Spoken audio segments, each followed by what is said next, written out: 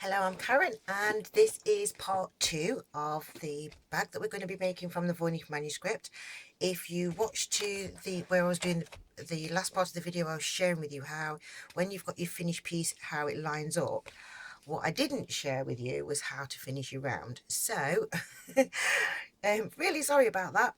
So what we're going to do is, so I've got almost to the end, so you're going to do your slip stitch, chain 2, and do your slip stitch into the last there, and then the very beginning where you've actually done the slip stitch into here, you're going to slip stitch into that place there to be able to finish this round. Okay, and so that is how you actually finish the round. And so as I was explaining in my other video, so there's it then turns into a bag. So how does it turn into a bag? Where do we get the rest of the instructions from? So the rest of the instructions actually came from the roots. So if you look in the roots, let me get a pen and paper so I can show you, just to make it easier. So in the actual roots itself, you've got like the roots come along, and you've got what are like circle shapes with like little tubes like this on the left hand side, and on the right hand side you've got shapes which are almost like that. Yeah, you see that? So I know that the page is slightly damaged, so what I did is I counted as many as I could, and I was like, okay, then I'm going to go with the fact that as far as I was concerned, I'd got 27 of the tubes, and on this side the maximum I could get was 49. And if we go back to the instructions that I got from the actual original line, the only thing technically that we'd got left to use was this 8 around.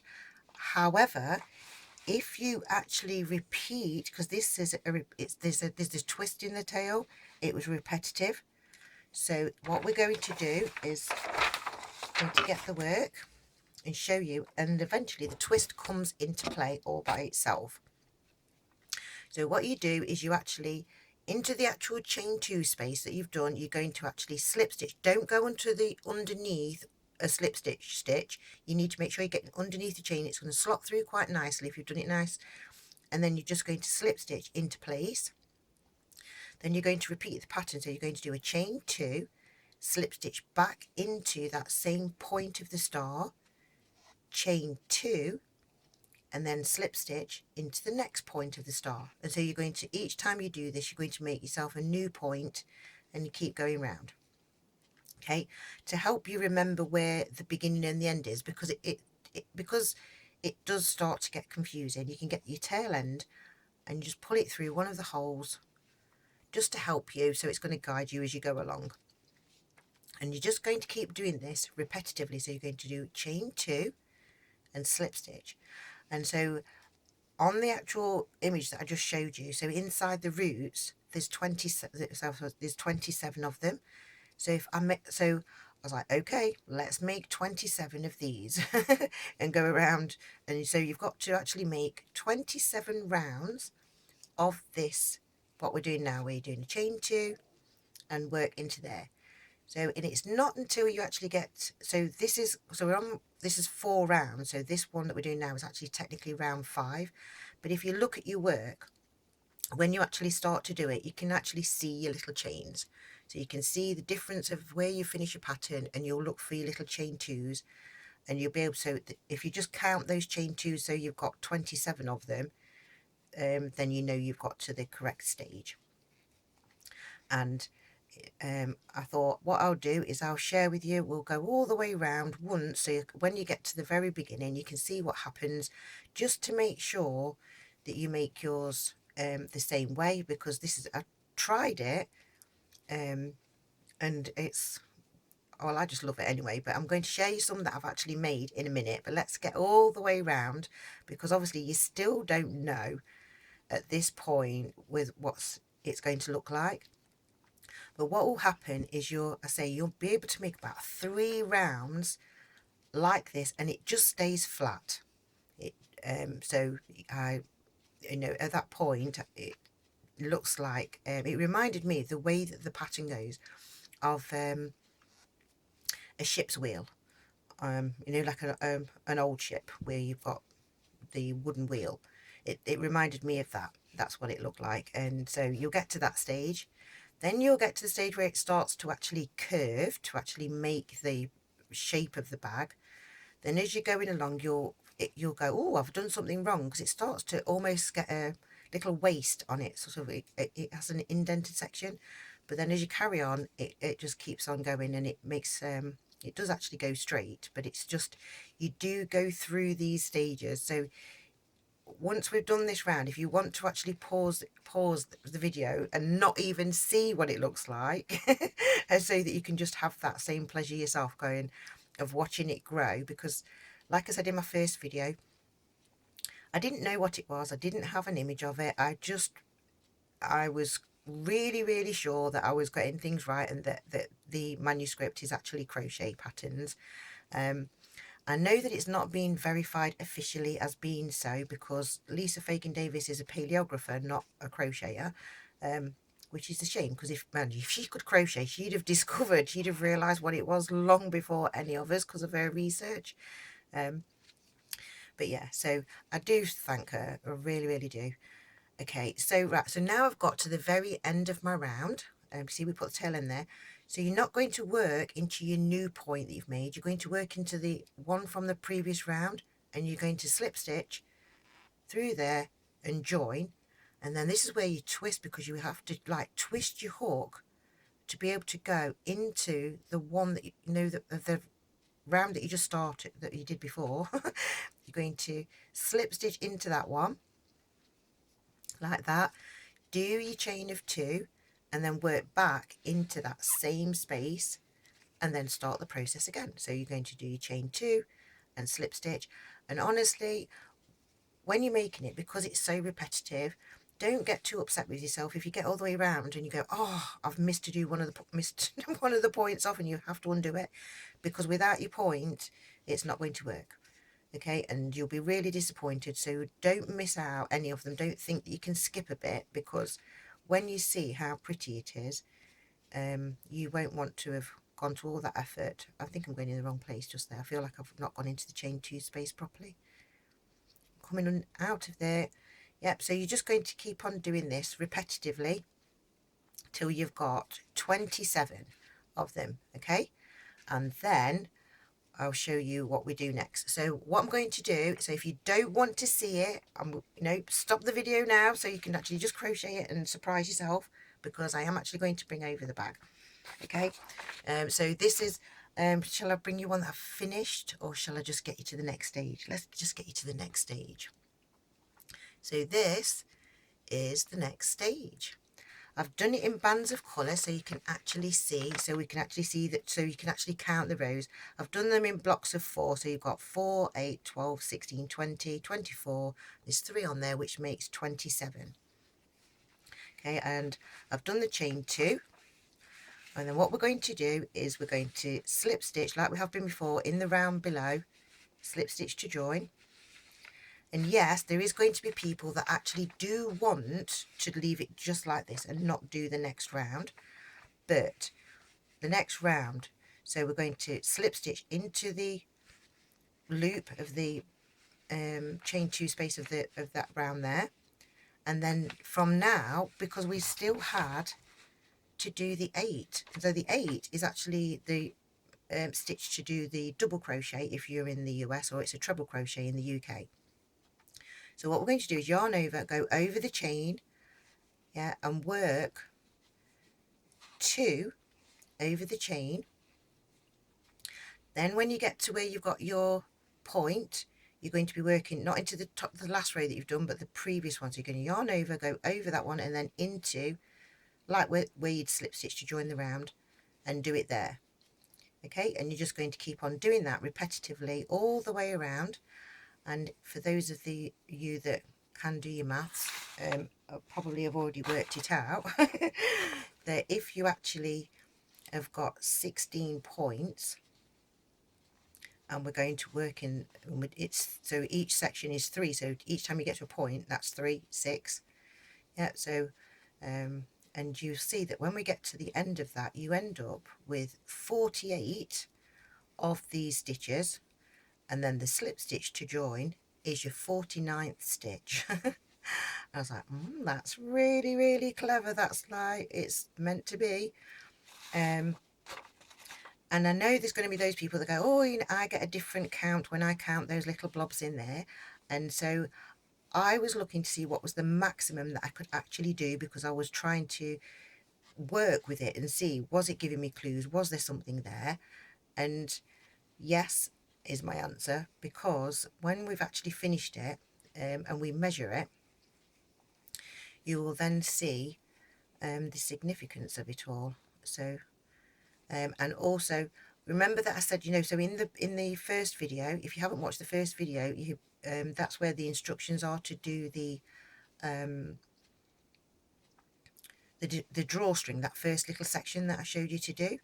So when you do the drawstring, you actually need to make 48 of those little sections to make it actually be the right size to fit this bag, which is where I say it's like all of the instructions are there. It's one of those ones where I know I said in the first video, I know I'm right, you can't deny it, and I'm sorry. I know that I get so excited about it because I'm so convinced in my heart of hearts, I'm convinced that this book is all to do with crochet, and I've done loads of different patterns. I've found the granny square, the triangle, the rectangle, the septagon, the octagon, sorry, octagon, octagon, octagon. So I've found lots and lots of the geometric shapes because they are actually easier to find.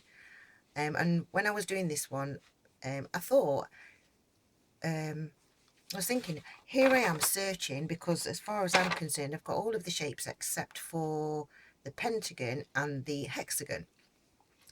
But I might never ever find those because there's pieces of the book that's missing, there's pages missing, so they might not even be there. The pages that are missing could be clues that, like, you know, like I've actually done the abbreviations and translations. They could have actually have told you what it was all about. There's all sorts of different possibilities. There is the possibility as well in historical things that they say, if they're not going to accept that crochet can, if they say crochet can't be any older than the 1800s, it can't have been done before then they're going to have to declare that the Voynich manuscript is actually a hoax and a fake. But there's too much evidence to show that it's not, because of the evidence of what's been, they've found letters that date back to the 1600s talking about the book, so it can't be right. Those bits can't be wrong. Right, so we've got to the very end. So what I'm going to do is do the last stitch into the stitch below there, which will make my 48 lots of doing this particular stitch there. And then we're going to slip stitch into the beginning stitch that I made to finish the actual pattern. And I'm just going to cut my tail end off and pull the tail end through. And no, I'm not going to sew the tail end in, and also I don't recommend that you do neither, not until you've done the next stage, because if you do your sewing in and you jam up the bits where you need to weave your thing in, your drawstring, you'll be disappointed. So here's the drawstring that I've made. This one's got 48 of these things, so like that bit there, that's 1, 2, yeah, and there is 48. So when you've actually finished your actual bag and you've got these, if you look at this very, very beginning bit where you've done, like where you've ended, you've got 2 of the stitches together. So you're going to get your tail end and pull it through there, okay, and you're going to pull that through, and then you're going to go over the one, and then so you're always going to put your hook underneath 2 of these, get this tail end. Make sure as you're pulling it through you don't actually twist this, it weaves itself through. It's really smooth the way it goes through, but don't twist it, otherwise you'll spoil it. And you're just going to do that all the way around. Yeah. So I'm just going to pull it through a bit, and making sure, so you make sure that you've always going your hook underneath the 2, get your tail end and pull that tail end through and pull your work through, making sure it doesn't twist as you're actually doing it, okay. And then that way you've got yourself a really lovely drawstring bag. Oh, look, see, I'm twisting it, so make sure I'm untwisting as I go along there. and there. It's because I put too much through, I think, to be fair. How long have I got? Oh, I'm all right.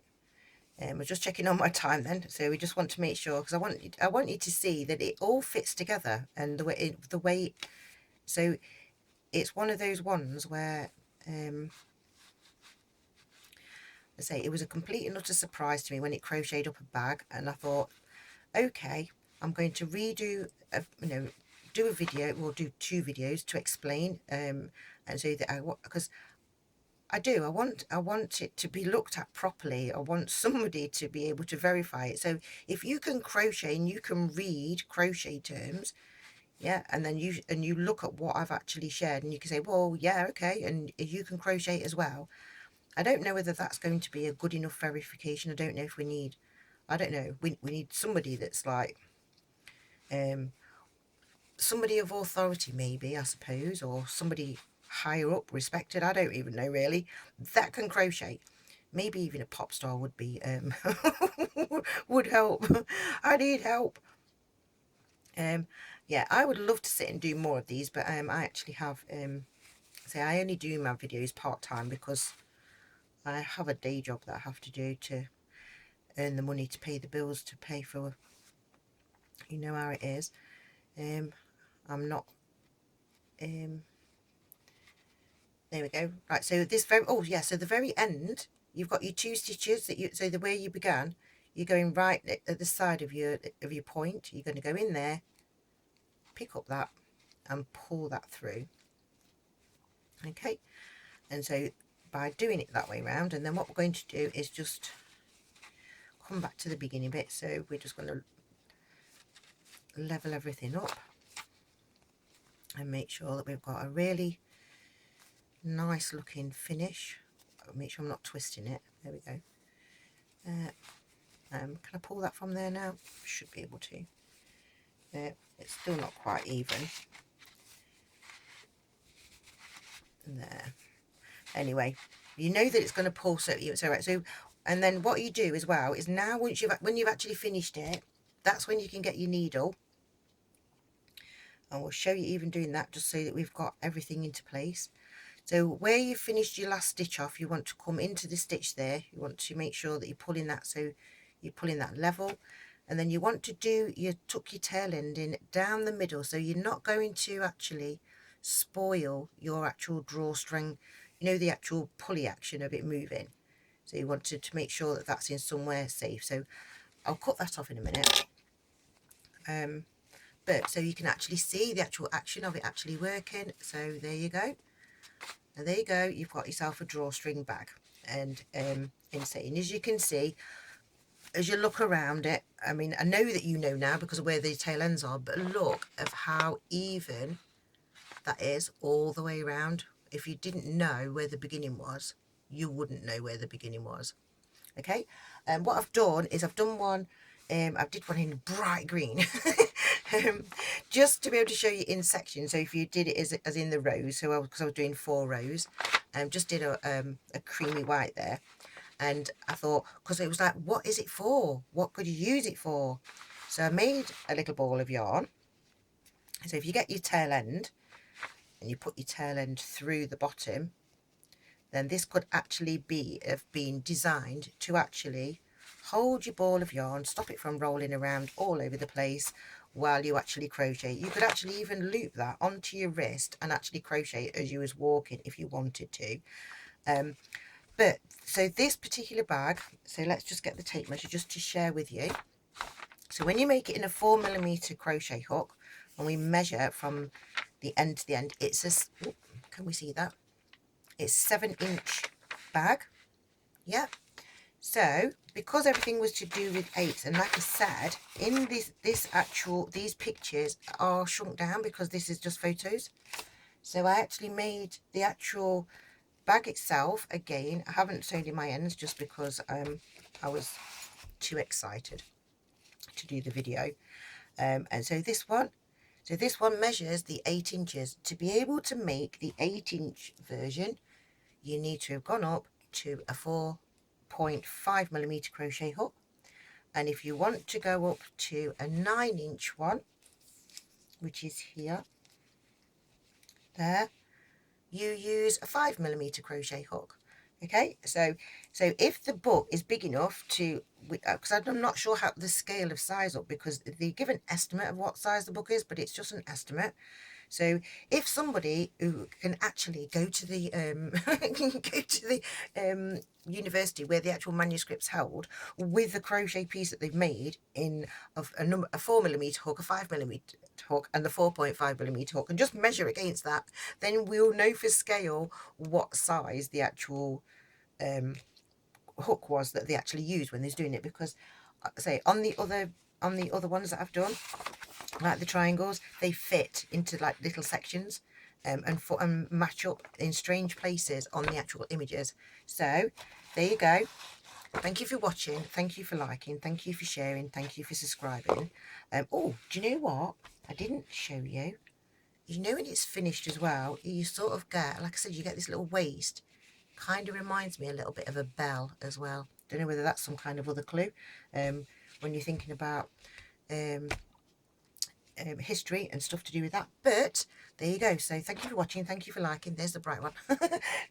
This is the very original one that I made when I was actually first started to do it, and it was it has got some messy bits in it, but once I realized where you'd got to actually do your stitches, it, you know, it just shows that it actually works. So thank you for watching, thank you for liking, thank you for sharing, thank you